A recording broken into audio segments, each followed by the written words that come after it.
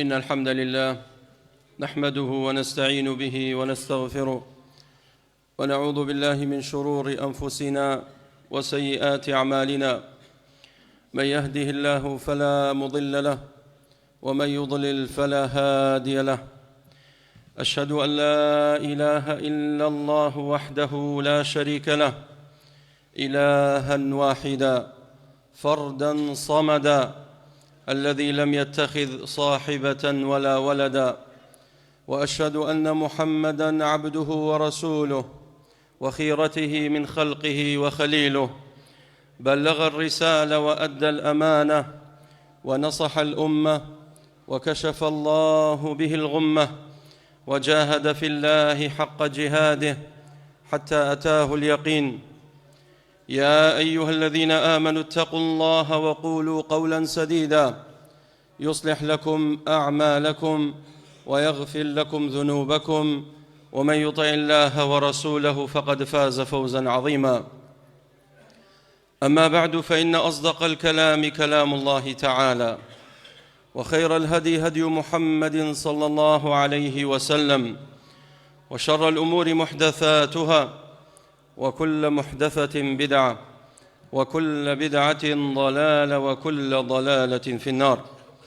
ثم أما بعد، قال الله سبحانه وتعالى: لقد كان في قصصهم عبرة لأولي الألباب، ما كان حديثا يفترى، ولكن تصديق الذي بين يديه وتفصيل كل شيء وهدى ورحمة لقوم يؤمنون.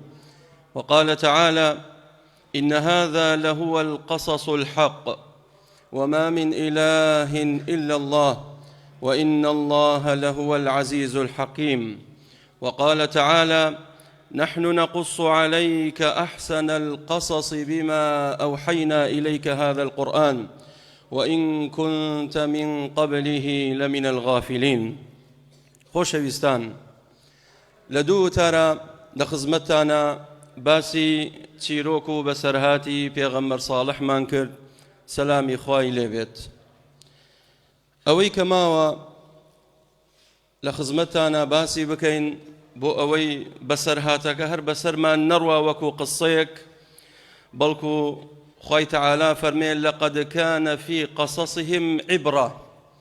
بەڕاستی دەبێ ئێمە موسڵمان پند و ئامۆژگاری لەم قسە و بەسەرهاتانە وەربگرین. بۆیە کۆمەڵێ دەرس و پند و ئامۆژگاری هەیە، چەند خاڵێکە تیشکەکەمە سەری بە ئومێدی ئەوەی هەموو لایەک ئینشاءالله سوودی لێ ببینێ. خاڵی یەکەم، فائیدەی یەکەم لە قسە و بەسەرهاتی پێغەمبەر ساڵح سەلامی خوای لێبێت، دەبینین پێغەمبەران هەمویان سەلامی خوایان لێبێت یەک بەرنامەیان هەبووە. خوای پەروەردگار هەموو پێغەمبەرانی نارد بۆ یەک بەرنامە، بۆ یەک دین، کە ئەوش بەرنامەی تەوحید و خواپەرستی بڵاوکەنەوە لەناو قەومەکانیان.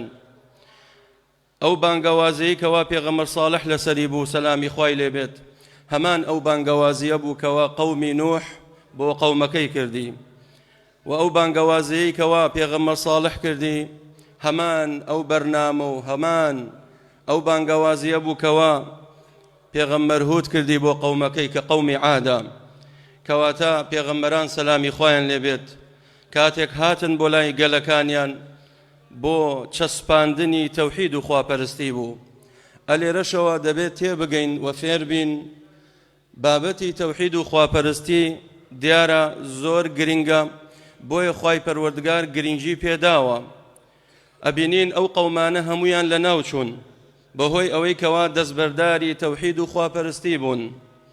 بۆیە ئینسان دەبێ ئاگادار بێت، بزانێت، وریا بێت کە ئەو خوایی کەوا تۆی دروست کردووە هەر ئەو خوایە کەوا شایستەیە کە تۆ بیپەرستی و ئیقامەی تەوحیدی بۆ بکەین.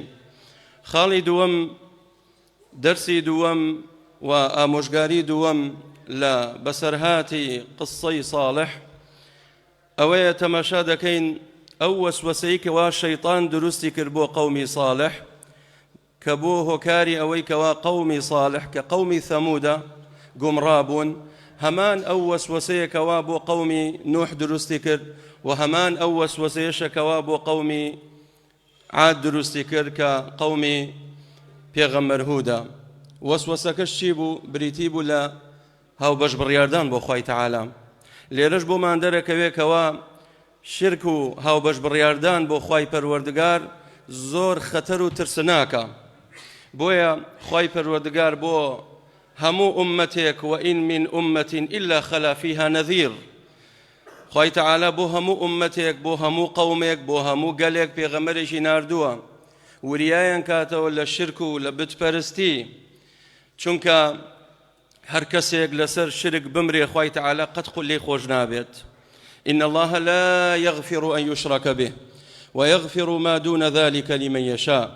خوای گەورە لە کەسێک خۆش نابێت کە لەسەر شرک مرد بێت تەوبەی نەکرد بێت، ئەمما ئێستاکە تەوبە بکە خوای گەورە لێی خۆشە بێت ئەگە کوفڕشی هەبێت ئەگە شرکشی هەبێت، بەڵام بە شرکەوە بە کوفرەوە بمری خوای گەورە لێت خۆش نابێت ئیلا دەبێت تەوبە بکەی لەسەری. بەڵام وەیەغفر ما دون ذلك لمن يشاء، بەڵام تاوانەکانی تر وەکو ڕیبا وەکو زینا وەکو قەتل وەکو عقوق الوالدین ئەمانە تحت المەشیئە لەژێر مەشیئەت و مەرحەمەتی خوای گەورە ئەمێنێ.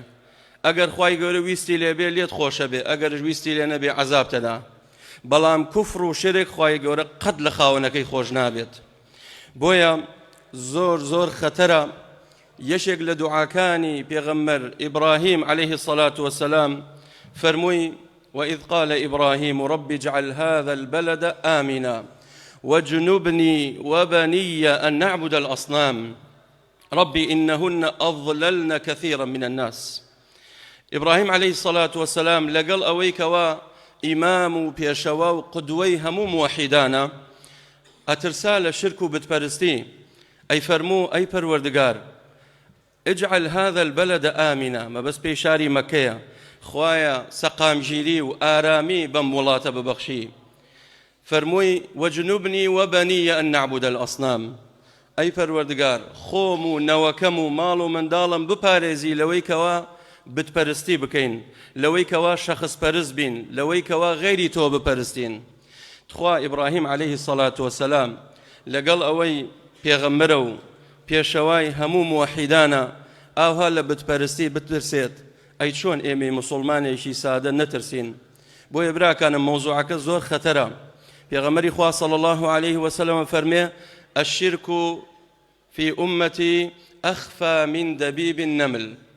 دەفەرمێ شرک لەناو ئومەتەکەم لە ژێر پێی مێرولەیەک خەفیترە، شاراوەترە.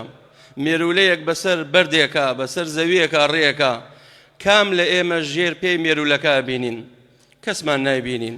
دەفەرمێ شرک لەناو ئومەتەکەم لە ژێر پێی مێرولەیەک ئەخفاترشە و شاراوەترە و زۆرێک درکی پێ ناکەن. لێرە مەبەست پێی شرکی ڕیایە. ئەو کەسانی کەوا عیبادەتەکەن بۆ خوا بەڵام بەشێک لە عیبادەتەکەیان سەرفەکەن بۆ غەیری خوا، مەبەستیان ئەوەیە کە خەڵک وەسفیان بکە، مەدحیان بکە. کابرا نوێژ دەکات لە سەرەتا دێ بۆ خوایەتی، بەڵام ئەبینێ خەڵکەکە چاوی لێیەتی زیاتر نوێژەکەی ئەڕازێنێتەوە، ئەوە ڕیایە. پێغەمبەری خوا فەرمی عەلەیهی الصەلاة وەسەلام الڕیاء هو الشرك. هەر کەسێ ڕیاباز بێ ئەوە شەریکی بۆ خوا پەیدا کردووە، شرکی بچووکە. یان کەسێک سوێن بخوا بە غەیری خوا، ئەوەی کەوا سوێن بە غەیری خوا خوات ئەمەشیان شرکە. پێغەمبەری خوا فەرمی عەلەیهی الصەلاة وەسەلام من حلف بغير الله فقد أشرك. یان کەسێک بڵێ ما شاء الله وشئت لەسایی خوا و سەر تۆ ئەگەر خوا و تۆ نەبێت، ئەمانە شرکە براکانم. وریای ئەلفازەکانمان بین. ئەگەر ویستمان ئەم قسانە بکەین بڵین لەسایی خوا پاشان تۆ، بۆیە کەس لەگەڵ خوای گەورە یعنی نێنینە ئاستی خوای تەعالا، بەڵکو کەلیمەی پاشانی تیا بکەین.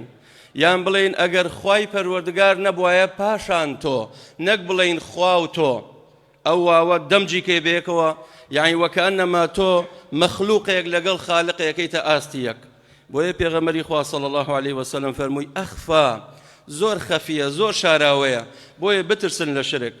هەموو ئومەتێک خوای تەعالا پێغەمبەرێکی ناردووە ئومەتەکەی وریا کردوتەوە لە شرک، چونکە هەر کەسێک توحيدي هبي وخوا پرستی هبي أو كسبراوية براستي الذين آمنوا ولم يلبسوا إيمانهم بظلم أولئك لهم الأمن وهم مهتدون أو كساني كوا موحد إيمانيان هنا وبخوا خوا بتنها أبرستن داوا بز لخوا كان حيوان بز بو خوا سربرن هاوار بز بو خوا كان داوا لكزنا كان ولم يلبسوا إيمانهم بظلم لقل إيمانكيان شركيان تيكل نكر أو ظلما ليوم بس بي الشركة هروكو چون لقماني حكيم نصيحته آموشقاري رولكيكا وإذ قال لقمان لابنه وهو يعظه يا بني لا تشرك بالله إن الشرك لظلم عظيم هاو باش برياردان بو خواي تعالى ظلم مستمشي زور قوريا چونکە تۆ مافی خوای گەورەت پێشێل کردووە خوای گەورە تۆی دروست کردووە تۆ عیبادەت بۆ غەیری خواکەیت خوای گەورە تۆی دروست کردووە تۆ هاوار بۆ غەیری خواکەیت خوای گەورە تۆی دروست کردووە حیوان بۆ غەیری خوا سەرە بڕیت پشت بە غەیری خوا سەرە بڕیت بۆیە گەورەترین تاوان لای خوای تەعالا أن تجعل لله ندا وهو خلقك ئەوەیە کە تۆ نیدێک مەثیلێک هاوبەشێک بۆ خوای گەورە دابنیت لە کاتێکە خوای تەعالا تۆی خەلق کردووە ئێمە هەوای خوای گەورە هەڵەمژین لەژێر ئاسمانی خوای گەورە ڕێیەکەین بەسەر زەوی خوای گەورە دێین و ئەڕۆین ئیسراحەتەکەین لە ڕزق و ڕۆزی خوای گەورە ئەخۆین ئەوجا بڕۆین عیبادەتی غەیری خوا بکەین ئەمە چی سفڵەییەکە کام لە ئێوە قبوڵەکات ئەگەر کەسێک شۆفڵێکی هەبێ گڵابەیەکی هەبێ تا ئێوارە ئیش بکا و کابرای سایق بڕوە کرێکەی بدا بە یەشێتر کەس قبوڵ ناکات چێ شایستەیە خاوەن گڵابەکە خاوەن شۆفڵەکە نەک تۆ بڕۆی کرێکە و پارەکەت خڕ کردوتەوە بیدێ بە یەشێتر ئەمە دروست نییە براکانم عەقڵەنیش تەقەبولی ناکات بۆیە مادەم خوای گەورە ئێمەی دروست کردووە وریابین شەریک بۆ خوای گەورە قەرار نەدەین دەرسێکی تر وآموشقاليشي تربراكانم الاتعاظ والاعتبار بمصارع الهالكين دەبێت دەنس و عیبڕەت و پند و ئامۆژگاری وەربگرین لە گەلانی پێش خۆمان خوای گەورە بۆ ئەمانی لەناو برد ئەمانە چیان کردبوو تاوانەکانیان چی بوو خوای تەعالا فەرمێ قل سیروا في الأرض فانظروا كيف كان عاقبة المكذبين قل سيروا في الأرض فانظروا كيف كان عاقبة المجرمين دبصرين ولا سرزوي تماشا بكن أوهم قلانا أوهم قومانا هميان لناوچون پاشەڕۆژی ئەو کەسانەی کەوا پێغەمبەرانیان بە درۆ خستەوە گاڵتەیان نەکرد بە ئاینی پیرۆزی ئیسلام موجریمەکان پاشەڕۆژیان بۆ چۆ بوو ئەوانە بۆ چۆ ڕۆشتن بۆ خوای گەورە ئەمانیان لەناو برد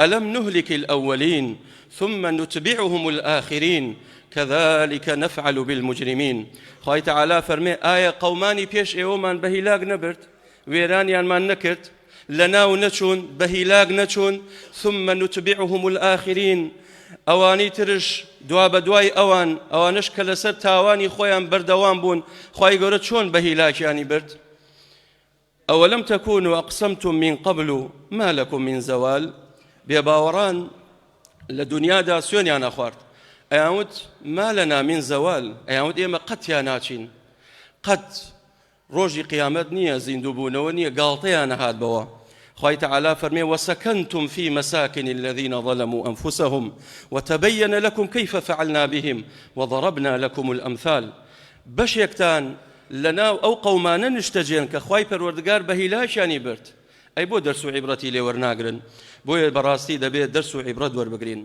خاڵێکی تر براکانم تاوان شوێنەواری خەراب بەجێ دێڵێت بۆیە ئاسەواری تاوان زانایانە فەرموون لەوانە ابن القيم رحمه الله لكتاب الجواب الكافي لمن سأل عن الدواء الشافي دەفەرمێ تاوان کاریگەری هەیە بەسەر کەش و هەوا تاوانکردن و مەعسیەت کاریگەری هەیە بەسەر خاک و زەوی تاوانکردن و مەعسیەت کاریگەری هەیە بەسەر دانەوێڵە و زەرعات تاوان و مەعسیەت کاریگەری هەیە تەنانەت بەسەر تەمەنەکانمان ژیانمانش هەموو ئەمانە خاپوورەکە و لە ناوێ بات ئەوە تا پێغەمبەری خوا صلی الله عليه وسلم کاتێک تێپەڕی لە غەزوەی تەبوک لەناو مەدائینی صالح ئەلەوێ ویستیان ئیسراحەتێ بکەن بەشێک لە سەحابە چوون سەردانی ئەو شوێنەیان کرد و هەندێک لە ئەصحابی پێغەمبەری خوا صلی الله عليه وسلم لەو ئاوە و لەو بیریان هەڵکێشا چوون هەویریان پێشێلا و منجەڵیان نایەبان گۆشتیان نایەبان بۆ ئەوەی نان بخۆن و سراحەت بکەن. پێغەمبەری خوا صلی الله عليه وسلم فەرمووی خواردنەکانتان بدەن بە وشترەکان و ئەم شوێنە دەبێت زوو بەجێ بێڵین. ئاسەواری تاوان تأثیری کردبوو لە کەش و هەوا و خاکی ئەو زەویەش براکانم. بۆیە پێغەمبەری خوا صلی الله عليه وسلم بەپەلە دەمچاو خۆی هەڵپێکا و ئەو شوێنەیان بەجێ هێشت. کەواتە تأثیری هەیە. ئیمام ئەحمەد ڕەحمەتی خوای گەورەی لێبێت لە موسنەدەکەیدا دەفەرمێت گەنجینەیەک دۆزرایەوە هین زەمەنی بەنی ئومەیە بوو.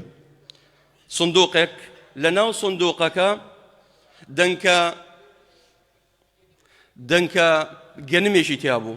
دەنکە گەنمەکە بە ئەندازەی دەنکە خوڕمایە گەورە بوو. لە تەشیا قاقەزێک نووسراوە لەسەری دەڵێ ئەم دەنکە گەنمە فی زەمەنی العەدلی، ئەم دەنکە گەنمەی بینیتانە بە ئەندازەی خوڕمایەکە چەند بە پیت و بەرەکەت بووە لەو سەردەما، چونکە لەو سەردەما عەدالەت تێیدا چەسپاو بووە. بۆیە گەنمەکانیشیان زەرعاتەکانیشیان بەروبوومەکانیشیان بەرەکەتی تیاکەوت. دەفەرمێ ئەو دەنکە گەنمە بە ئەندازەی دەنکە خوڕمایەک بوو. بۆیە تەأسیری هەیە براکانم. کاتێک خوای تەعالا لە کۆتایی زەمان لە ئەخیری زەمان عیسا عەلەیهی سەڵات وەسەلام لە ئاسمان دێتە خوارەوە. دەمە عەقیدە و بیر و باوەڕمانە، چونکە عیسا ئێستاکە زیندووە. بەل ڕەفەعەه الله ئیلەیه، کە دابەزێتە سەر زەوی بۆ ئەوەی عەدالەت بچەسپێنێ و شەریعەتی پیرۆزی ئیسلام تەطبیق بکات، خوای تەعالا بەرەکەت ئێنێتە سەر زەوی.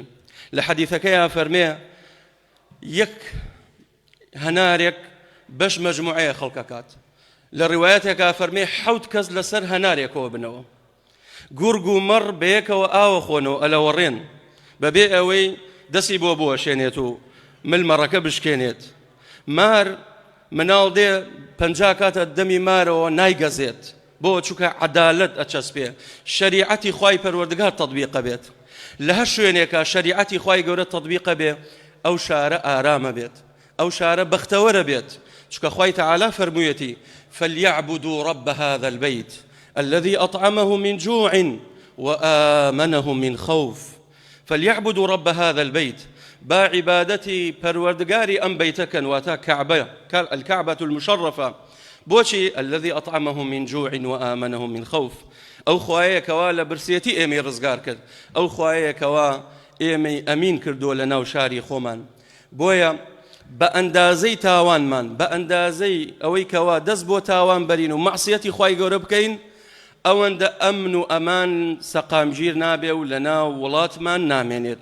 بۆیە بەیناوبەی نەبینین سێرەکەی لەوێ ئەمان نامێنێت، لەم وڵاتە ئەمان نامێنێت، لەو وڵاتە قەتلە، لەو وڵاتە دزیە، لەو وڵاتە کوشتن و بڕینە. هۆکارەکەی چییە براکانم؟ هەمووی سەرچاوەکەی و مەزدەڕەکەی گەڕێتەوە بۆ تاوانکردن. ئیتر تاوان یان ڕاستە و خۆ حقوق و مافی خوای پەروەردگار پێشێ لەکرێ، یان ئەوەتە حقوق و مافی پێغەمبەری خوا صلی الله عليه وسلم پێشێ لەکرێ، یان ئەوەتە حقوق و مافی ئەو خەڵکەیە کە پێشێ لێکرێت. کەواتە کاریگەری هەیە. بۆیە لە خوای گەورە بترسین و دەست بگرین بە ئاینی پیرۆزی ئیسلام. أقول ما سمعتم واستغفر الله العظيم لي ولكم فاستغفروه إنه هو الغفور الرحيم.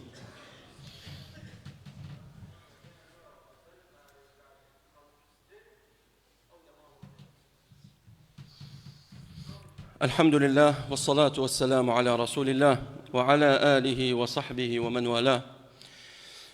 درسي شيتر براكانم لم قصيا أوي القتل والسب والشتم والاستهزاء من صفات المشركين. كشتنو برين دزي وطالاني جنيودان سخرية استهزاء قالتا كردن بمسلمانان ئەمانە هەمووی صفاتی ئینسانی مشرک و بێباوەڕانە. ئەوەتا قەومەکەی صالح قەومی ثەمود پێی دەڵێن قالوا إنما أنت من المسحرين، تۆ بەڕاستی کەسێکی زۆر فێڵبازی، زۆر ساحری، زۆر جادوکەری، ئێمە باوەڕمان پێت نییە. ئەئولقي عليه الذكر من بيننا بل هو كذاب أشر. أيامود كذاب مجنون. كذلك ما أتى الذين من قبلهم من رسول إلا قالوا ساحر أو مجنون. هر پێغەمبەرێک بەهاتایە نەسیحەت و ئامۆژگاری قەومەکەی بکردایە، ئەم دوو تۆمەتەیان بۆ هەڵەبەست. ئەیانوت ساحر ئەو مەجنون، ئەیانوت تۆ سحربازی، یان تۆ سحرت لێکراوە، یان تۆ عەقڵت لەدەستداوە، تۆ شێت بوویتە، تۆ باسی خواپەرستیمان بۆکەی. یعنی ئێمە واز لە شەخص پەرستی بێنین، واز لە بتپەرستی بێنین، بین یەخوا بپەرستین، شتی وا نابێت. بۆیە ئەم سوخریەت و گاڵتەکردن و گاڵتەکردن بە پێغەمبەران و بەخوای تەعالا هەر کەسێک ئەمە شیەمی بێت و لەسەر ئەم بەرنامەیە بێت، ئەوە بەڕاستی بێباوەڕە بێت، ئەچێتە پاڵی بێباوەڕان و کافران و مشرکین. لە غەزوەی تەبوک عەبدوڵای کوڕی عومەرە فەرمێ، ڕەزا و ڕەحمەتی خوا لە خۆی باوکی بێت، دەفەرمێ پیاوێک لە مەجلیسەکەیە هەستایە پاوە بۆ دەمەتەقەی ڕێگا، وتی ما رأينا مثل قرائنا هؤلاء لا أرغب بطونا ولا أكذب ألسنا ولا أجبن عند اللقاء. ما بس في پیغمبری خوا بو صلى الله عليه وسلم صحابه كان قالطي به پیغمبری خوا صحابه كر ودي امانتان بيني ام صحابانا كباسي خوا پرستي كان ولا قال پیغمبرشا عليه الصلاه والسلام امانه هميان خليشي يون كوازقي خويان تيركن وزيان قلوكن خليشي نان خواردن ام دو سه كلمه امانه زمان امانه دروزن امانه چين امانه زور جبانن كاتي روبروي دجمن بنو ام سه كلمه يوت كاتي خبر گشت پیغمبری خوا صلی الله علیه وسلم کابرا تاویدا روشت لای پیغمبری خوا صلی الله علیه وسلم روشمکی پیغمبری خوا گر آوا صلی الله علیه وسلم اگریا وتی یا رسول الله والله ما بستم غلط بوا ولئن سألتهم ليقولن إنما كنا نخوض ونلعب. كاتي برسيارين لي بكر دايا يو بو انقصانا كان بو غلط بيغمبري خوا كان بو غلط بخواي غورا كان بو غلط بآياتكاني خوا كان أيهود إنما كنا نخوض ونلعب.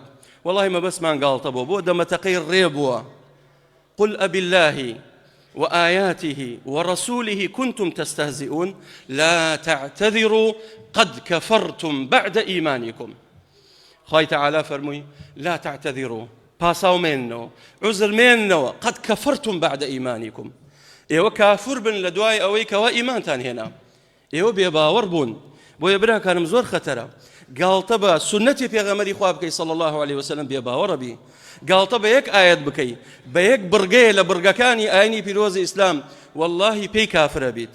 بۆیە لا تعتذروا ئەو کاتە عوزر و پاساوهێنانەوە سوودت پێ ناگەێنێت. ئەگەر گاڵتەش بێ و ڕاست بێ هەر ڕاستە لای خوای تەعالا، چونکە قورئان هێڵی سوورە، پێغەمبەری خوا صلی الله عليه وسلم هێڵی سوورە، خوای پەروەردگار هێڵی سوورە. نەک وەک هەندێک کەس پێمان دەڵێ وەڵا قورئان هێڵی سوورە لەولاشۆ گاڵتە بە ئاینی پیرۆزی ئیسلامەکە، گاڵتە بە ئاەتێکەکە بە بڕگەیەکەکە لە بڕگەکانی قورئانی پیرۆز کە گوایە بەراز حرام بێت، ئارە خواردنەوە حرام بێت، گاڵتەی لێ دێت. لا تعتذروا قد كفرتم بعد إيمانكم. بۆیە براکانم زۆر خەتەرە. آخر خاڵش کە ئیستیفادەی لێ بکەین کاتێک دعوە و بانگەوازیەکەی قەومی صالح هات، قەومەکەی وتیان قالوا طيرنا بك وبمن معك، وتيان براستي لوتي تو دعوو بانگوازيكي قصي خير بحساب إيماكي إما وآبنين تو غري تو شومي تو قصة كانت بوته وكاري ويكوا ولات ما تيكشي همو ما تشوينة ناويكايا أم شومي غري لسردمي جهالتها بو براكانم كأمروج بداخل ولنا مسلماناني إيما هي. پیغمبری خوا صلی الله عليه وسلم فرمي من ردته الطيرة عن حاجته فقد أشرك. هر کەسێک حاجەتێکی هەبوو، سەفەرێکی هەبوو، زەواجێکی هەبوو، ویستی خانوویەک بکڕێم لە سەردەمی جەهالەتە، ئەگەر تەیرێکە بەلای ڕاستە بڕۆشتایە ئەیانوت ئەم سەفەرە خێرە، ئەگەر بەلای چەپە هەڵفڕێ ئەیانوت ئەم سەفەرە شەڕە ناچوون. دەفەرمێ من ردته الطيرة عن حاجته فقد أشرك. هەر کەسێک ئەوە بیگەڕێنێتەوە عەقیدەی بێت پشت بەخوای گەورە نابەستێت، پشتی لەسەر تەیرێک بەستووە، پشت بە تەیرێکە بەستێت، فقط ئەشڕەکە بەڕاستی ئەو کەسە موشریکە و بێباوەڕە. بۆیە وریابین براکانم، یعنی نەتەشاؤم بکەین بەڕەقەم، هەندێکەیە تەشاؤمەکە بەڕەقەم، ئەڵێ فڵانە کەس ناوچەوان سیانزەیە، یان هەندێک کەسەیە تەشاؤمەکە بە بینینی شتێک، بۆ نمونە هەیە ئەڵێ کەروێشکە بینی ئەڵێ کەروێشک غەڕە، ڕێوێ بینی ئەڵێ وەڵا ئەمە غەڕە، یان پاساری هاتە ماڵەکەی ئەڵێ وەڵام میێوانمان دێ. ئەمانە هەمووی خوڕافەتە براکانم، ئینسان نابێ خۆی هەڵبواسێ بە شتێکەوە خوای گەورە نەیکردووە بە سەبەب بەڵکو دەبێت تەوەکولی تەواومان لەسەر خوای پەروەردگار بێ نەک لەسەر ئەو شتانەی کە خوای گەورە دروستی کردووە. داواکەم لە خوای پەروەردگار بە ناوە جوانەکانی و صفاتە بەرزەکانی یا رەبی خوای ڕەحممان لێ بکەیت، یا رەبی خوای بەختەوەرمان کەیت، یا رەبی خوای بەختەوەری دنیا و قیامەت مەکە یا رب العالمین، یا رەبی خوای شفای بەڕەحمەت بۆ نەخۆشەکانمان بنێری، یا رەبی خوایە لێتە پاڕینەوە بەناو جوانەکان و صفاتە بەرزەکانت قەڵەمی عەفوت بەسەر تاوانەکانمان بێنی، یا رەبی خوایە وڵاتمان سەقامگیرکەی، وڵاتمان ئارامکەی، یا رەبی خوایە ئاژاوە و کێشە و ئاشوب لە ناومانە هەڵگری یا رب العالمین، برایەتیمان زیاتر بتەوکە یا رب العالمین، یا رەبی خوایە ڕەحم لە لێ قەومەوانی وڵاتی غەزە بکە یا رب العالمین، یا رەبی خوایە لە هەموو دەرد و بەڵایەک بیان پارێزی. ئامین ئامین والحمد لله رب العالمین. قوموا إلى صلاتكم.